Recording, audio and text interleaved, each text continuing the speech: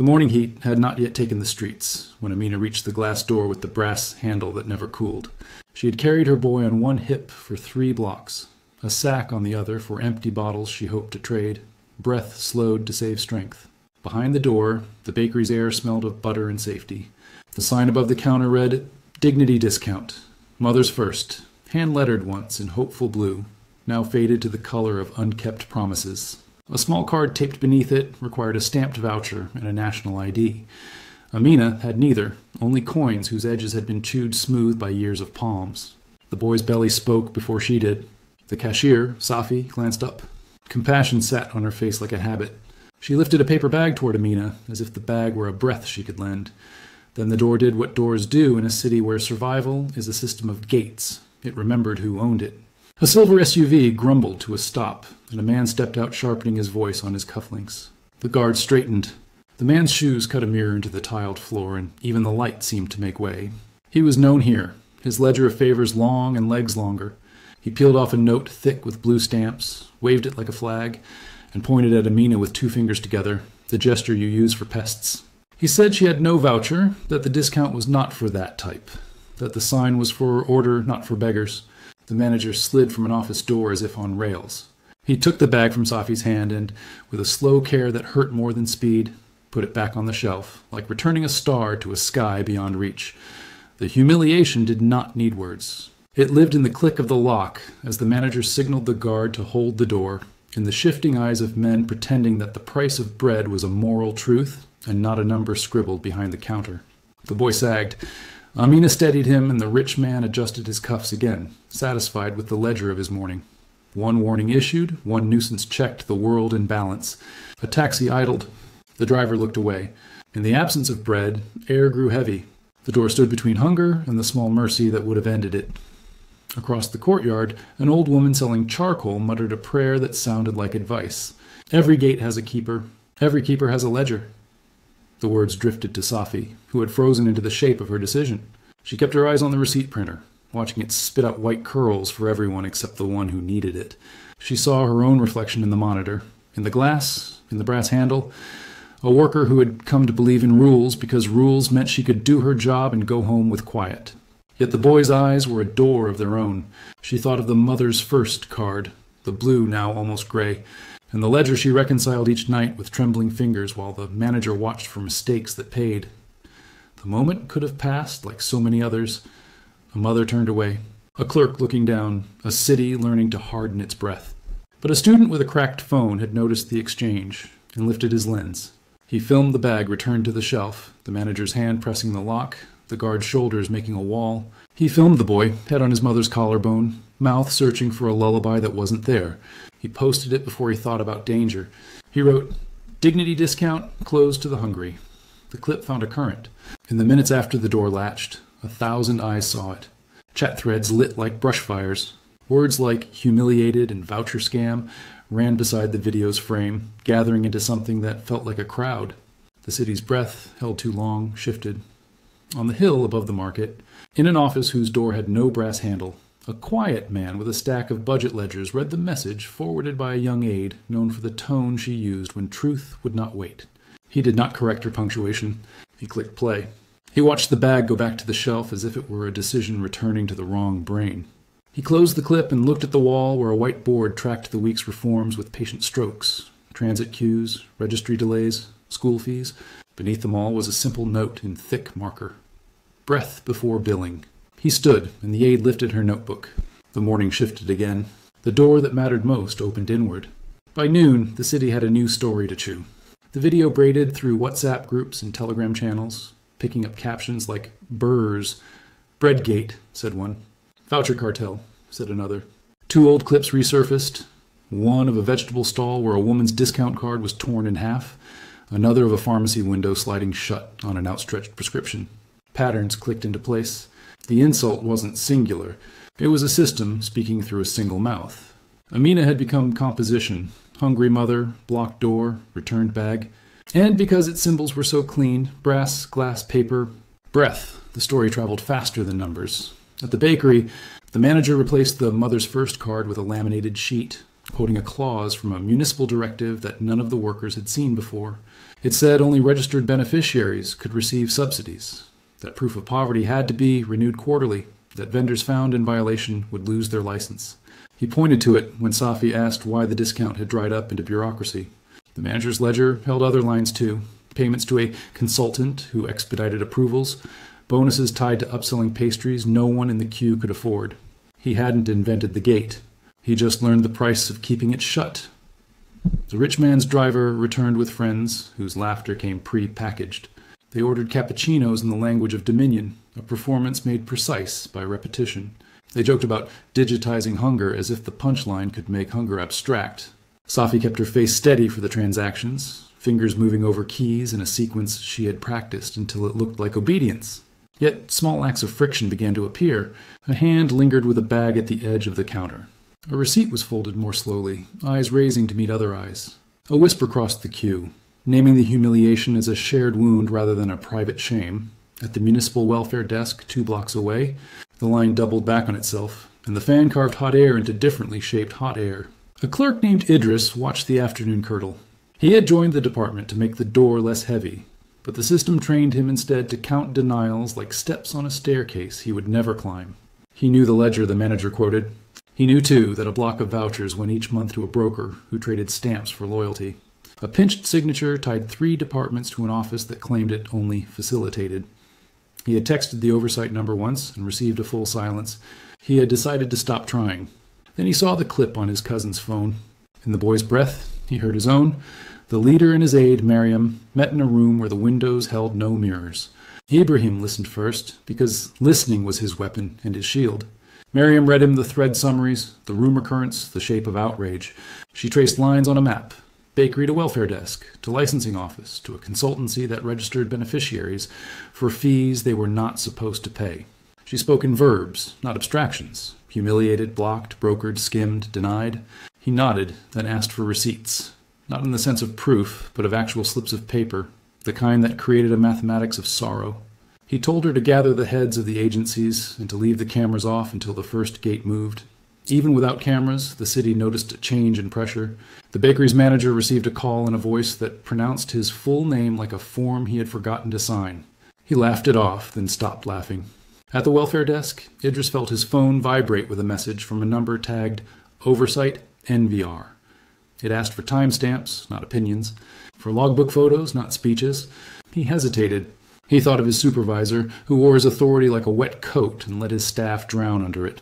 He thought of the boy, in the bag that traveled the wrong path, shelfward. He took out the ledger from the bottom drawer, the one he had kept for himself with the numbers that never made it into the official system. He began to photograph pages. Escalation is not always a shout. Often, it is a quiet decision to preserve the smallest facts before they disappear.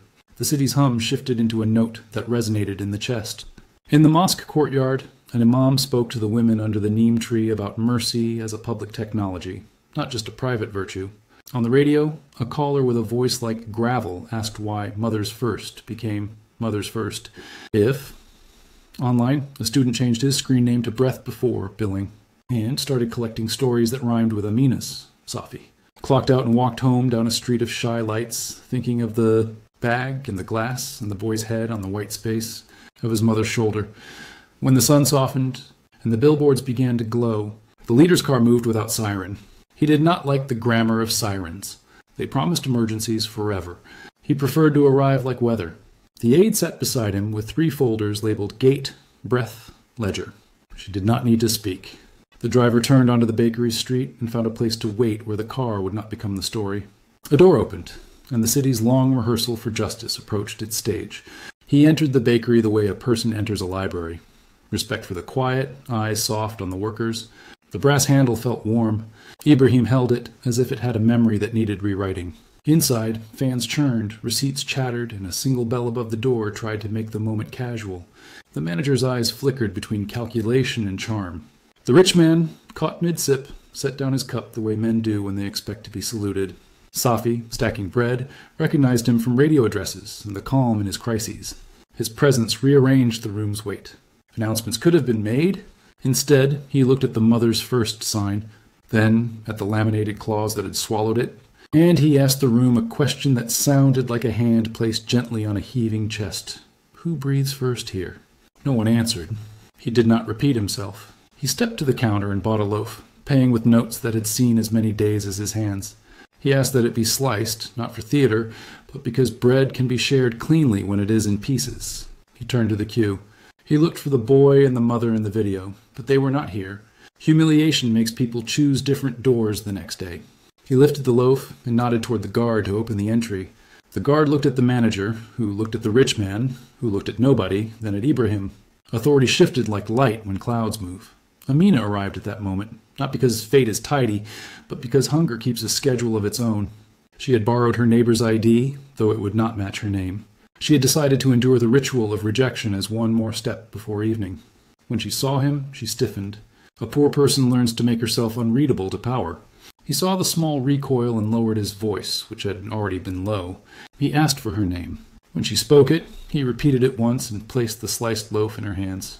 The rich man coughed something about policy. Ibrahim did not glare. He does not glare. He simply held the silence long enough for policy to hear how thin it sounded. Then he turned to the manager and offered the only sentence a decent city needs at a gate. Treat first, bill later. It wasn't a slogan. He made it a rule, here and now, in a tone that told everyone it had already been the rule at the beginning of things, before we learned to monetize mercy. He asked Safi if she could keep a paper ledger of times, names, and items given under the rule for the next week. He did not ask for overtime. He asked for courage and promised protection. He told the manager that any audit would weigh generosity as a compliance metric. The man blanched at the word audit the way a thief does at the sound of his own keys. Ibrahim asked the guard to open the door wide and keep it that way, to measure his day by breaths spared, not bodies stopped. He would not leave it at a bakery ritual. He asked Miriam to place the call to the welfare desk on speaker. Idris answered with a voice that had already decided to risk something.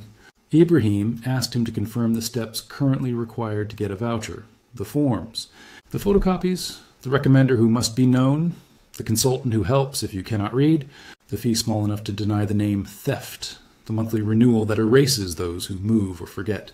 Idris did not embellish. He just stacked facts until the pile blocked the doorway. Ibrahim said, again warm, again iron, treat first, bill later. Start now? Idris breathed out as if surfacing. He said, yes. The rich man tried one more time to retrieve the world he knew.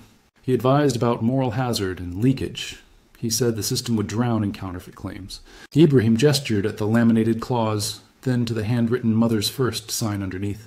He said that the hazard he feared was not counterfeit hunger, but counterfeit authority. He said leakage was when compassion spilled out of a public institution and pooled in private pockets. He didn't raise his voice because truth carried its own acoustics. The rich man's driver checked his phone as if a new world had sent a message that didn't include him. The cappuccino cooled. Safi slid another loaf across the counter to an older man who had arrived with a grandchild. She wrote in the ledger, time, item, name. Breath steadied. The words looked strange, then right. The guard, who had spent a career practicing hardness, found the new instruction clear. He held the door, and it stayed open. Amina's boy chewed as if he had been given a map back to himself. She stood straighter, not out of gratitude to the man who intervened, but because the humiliation had been reversed by a rule that removed her from the category of supplicant. Before leaving, Ibrahim asked for a chair. He sat where everyone could see the top of his head, a posture that says, I will not leave you with orders only. He stayed long enough for the rhythm to settle. Take, record, exhale. Take, record, exhale. He did not pose for a photo. He looked at the brass handle as he left and thought about the doors he could reach next. Intervention is a hinge. A city learns by watching it swing. The work of exposure began with objects, not speeches. The next morning, a slim team moved through the institutions that had learned to make the poor prove their poverty at every door. Miriam carried a canvas bag filled with pens, a portable scanner, and a habit of seeing where documents didn't agree with themselves. Idris walked them through the welfare office early, when fluorescent lights were still gathering courage. He opened the bottom drawer, where his unofficial ledger, the one he had photographed, lived beside a jar of paper clips and a pack of gum. The official logbook listed 147 denials last month for missing documentation. The unofficial ledger, tallied carefully after hours, listed 68 of those names as having presented precisely the documents required. Names were crossed out in the official book in a hand that did not belong to any clerk at the desk. They followed that hand.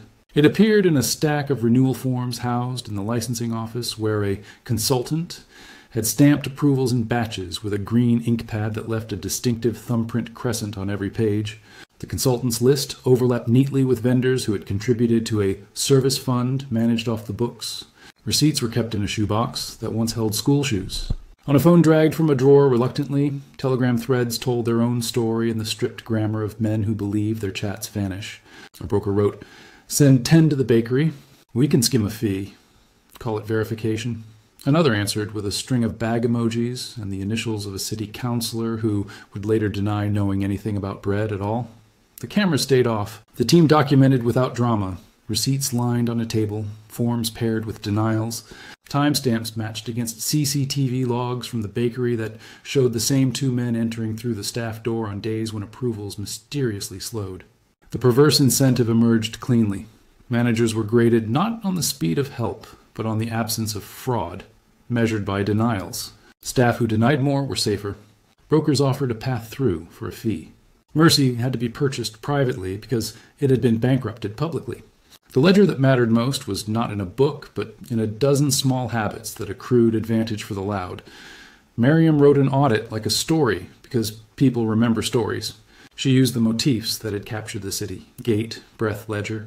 She named the broken mechanism plainly.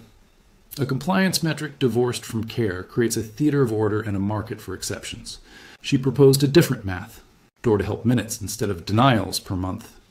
She circulated draft findings to a circle of honest mid-levels who knew where the bodies weren't buried but where the broken switches lay. A teacher sent notes on how schools had quietly replicated the same gate. A nurse described a pharmacy counter where receipts were edited after the lights went out. When the hearing came, it was held not in the marble building, but under the shade structure outside the municipal hall where people actually gather. A corkboard displayed copies of the forms, the shoebox receipts, the telegram printouts with names redacted but patterns intact. The manager from the bakery sat with his arms folded in a way that tried to signal dignity and only managed density. The consultant did not appear. The rich man stayed in his lane, which is how men like him survive change. A community voice, the imam from the neem tree, spoke first, not with fire, but with the authority of someone who touches grief weakly. He said that mercy cannot rest on discretion. "It must be a rule," Idris testified briefly, his voice even. He told the story of a widow who had been asked to return 3 times for one more document. Each time a different paper, each time a bus fare, and a lost day of wages. He noted the exact dates and the serial numbers of the slips issued and torn. He placed on the table the page from the unofficial ledger that matched the official line that had deleted her existence. Miriam walked the room through the audit, the cliff where the line of approvals dropped whenever a new batch of consultations was arranged, the day the mother's first sign was downplayed and the laminated clause appeared. The 22-minute gap between Amina's arrival and the manager's call to a number saved as LF Green. She did not accuse. She arranged facts until they spoke for themselves. Ibrahim arrived late on purpose, to let the truth consolidate without leaning on his shadow. When he spoke, he began with an apology to those who had been asked to bleed proof into the dirt of their days. He then read the sentence that would become policy: breath before billing. Treat first, bill later. He announced an immediate suspension of the denials-based compliance metric across all food subsidy vendors and a replacement KPI that made the room murmur door-to-help minutes, posted publicly, refreshed every hour. He held up a laminated card, this one would not be used as a weapon, and said it would sit beside every cash register. In this city, care is the first step. Payment is the paperwork that follows. Exposure is not complete until it changes what tomorrow looks like at 9 a.m. He closed the hearing by naming dates, not possibilities. A dashboard would go live in 72 hours at a link short enough to rattle off on radio. A complaint channel would accept voice notes for those who cannot write. It would promise a reply within 48 hours and publish the complaint and its resolution minus names. He announced that the shoebox receipts had been referred for prosecution where appropriate, but that most of the change would come from something more ordinary. Clerks regraded, managers re-incentivized, doors rehinged. The crowd did not cheer. They exhaled. The camera phones were already open, but they found no scandal, only a city trying to return to itself. The first week of the new rule felt like learning to breathe after a cough that had lasted a year. At the bakery, the brass handle still warmed with the sun, but it no longer stood guard. The mother's first sign returned, not as sentiment, but as instruction. Beside it, the laminated card with the 4 words that had traveled faster than the video now carried a QR code the size of a postage stamp. Above the register, a small screen flickered to life, running a simple dashboard with 3 lines: door to help minutes, denials last 24H, complaints resolved. On day 1, the first number stuttered around 16. By day 3, after an extra stool was placed for the old and the guard learned to triage the queue with kindness and a clipboard, the average flattened at 6. Safi embraced the ledger like an oath. It had columns for name, item, time of breath steadied, method of follow-up. At first, the writing throbbed with nerves. By week 2, it looked like the hand of someone who had learned that precision is compassion's backbone. She practiced the training drill until it became muscle memory. Identify need, grant the item, make the note, guide the person to the welfare desk with a stamped treat first slip that guaranteed billing would be processed without bruising pride. The drill was embarrassingly simple, and therefore it could spread. The guard, whose name turned out to be Pascal, stood at the door with a different posture. When confronted by a man who wanted the old discretion back, he tapped the card and repeated the rule without heat. It wasn't up for discussion. The man's laughter had less oxygen. Across the district, a dozen vendors received the same kit: the laminated rule, the stool, the dashboard, the slipbook with serial numbers that tied gifts to reimbursement, and a phone script for the complaint channel that never condescended. The funding path was as clear as a well-marked road. A municipal hardship fund topped up weekly from a transparent tax on luxury beverages, supplemented by a national social protection line item that had been stuck in a drawer for 2 fiscal years, because paperwork doesn't feel hunger. When a vendor worried about liquidity, the policy answered with a 72-hour reimbursal guarantee, enforced by a clause with teeth: miss it twice in a quarter, and your director's bonus pays the gap. The perverse incentive was torn out by the root. Denials no longer earned safety. In their place, quick care earned praise on the dashboard's right column. District heads could now see on a single page whose door to help minutes drifted above 10 and whose sank to 5. Pressure found a new target. When a line spiked in the wrong direction, a quiet visit followed. Not punitive at first, diagnostic. Is the problem forms or fear? Are you short a clerk or drowning in your own complicated righteousness? When a manager tried to stage a slow walk to prove the new policy unworkable, the audit team did not grandstand. They adjusted staff hours, dropped 2 redundant steps from the back office reconciliation, and posted the improvement. Meanwhile, the green ink consultant found that doors did not need his thumbprint to open. He looked for a new market for exceptions and found fewer buyers. At the welfare desk, Idris stood differently at his window. The first woman who arrived without the right paper left with what she needed, because the right paper had shifted from proof to a promise of follow-up. He stamped the treat first slip with a seal the size of a fingertip, small, quick, hard to counterfeit, and entered her name into a registry that had fewer fields and more sense. The office's dashboard mirrored the vendors, and a new KPI appeared like a confession about the past. Complaints acknowledged inside 48H. A clerk who had previously hoarded denials began to hoard thank yous pinned to the wall, a different kind of security. Radio shows adopted a humble ritual on Fridays, reading the 3 best door-to-help improvements and the 2 outliers, without naming and shaming small people for big problems. A number of calls each week came from voices that cracked with disbelief. I was helped first, then asked my name.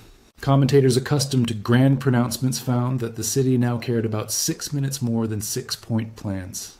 A billboard that once sold insurance now displayed an ordinary miracle. Line graphs that trended down where down meant kinder.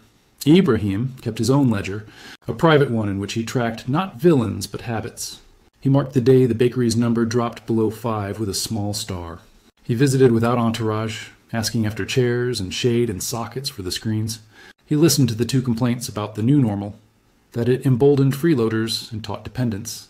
He responded with numbers and the stubborn story of Amina, which had already begun to lose its edges as the city learned to replicate its correction. The policy had feet. It walked beyond bread. A clinic adopted the rule without waiting for permission. A school cafeteria posted its own dashboard and found that door-to-meal minutes could be measured too.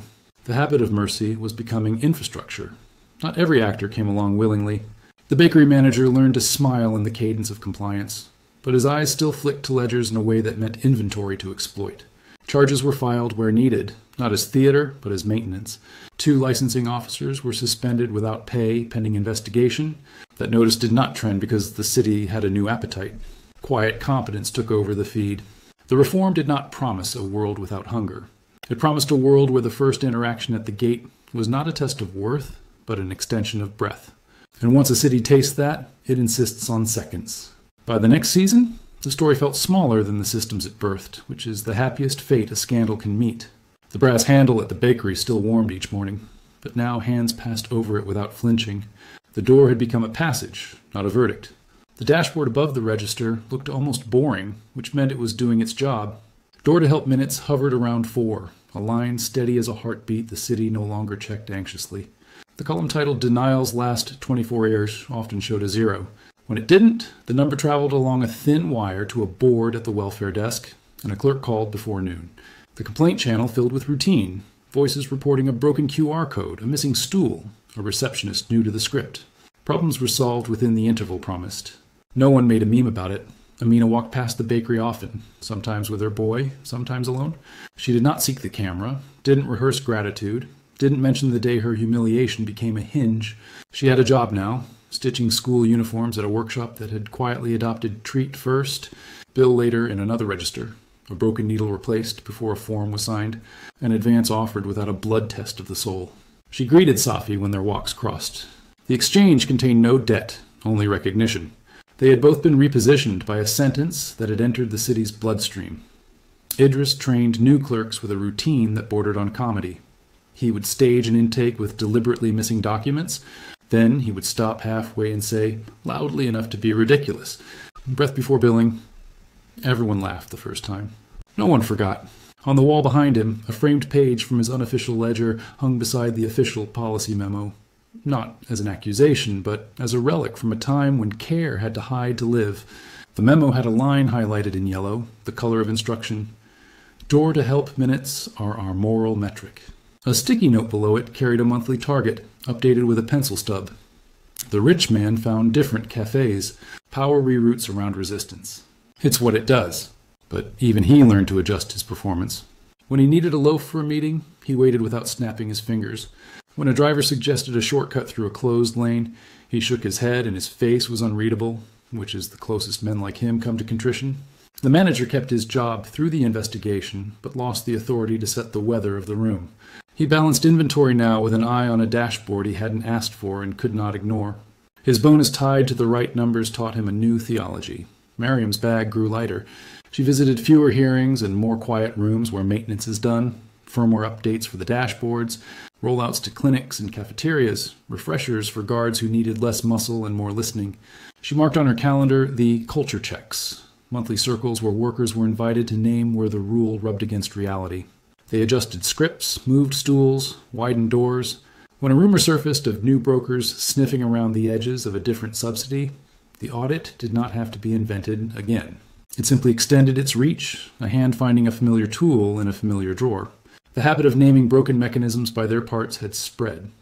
On radio, Friday segments now included weather, football scores, and the neighborhood averages for door-to-help. Young hosts read the numbers in the same tone they used for traffic. They no longer summoned outrage with each data point. They treated the metrics like civic temperature, managed and expected. An imam at the neem tree spoke less about mercy and more about maintenance. In mosques and markets, people told a particular parable to their children, that the city had once returned a loaf to a shelf and learned to return it to a hand. The details blurred as they should. What remained was the counterspell that outlived the scandal. Ibrahim kept walking, not as a savior, but as a caretaker. He refused the weight of myth, preferring the lighter discipline of routine. His ledger gained a new column titled Diffusion, where he tracked other gates now copying the drill. Transit windows, registry counters, clinic triage, each adopted breath before billing in its own accent. He visited places without cameras and sat on stools people had set out for him because they remembered that he had once sat to show he would stay. He asked the same question at each door. Who breathes first here? More and more, the room answered without thinking. One afternoon, months after the video that had broken the internet and then been swallowed by a better world, the student who had filmed it stood again across the courtyard, phone in hand. He considered recording the absence of scandal, the open door, the quick exchange, the steady line, but he put the phone away. Some stories work best in the unremarked present tense. A child walked out with a bag, chewing already. The brass handle cooled as evening came. The city inhaled and did not notice, which is how justice should live. Too woven into habit to trend, too ordinary to humiliate, too practiced to fail at the hour of need. The gate remained, but it remembered its purpose. The ledger balanced breaths before bills.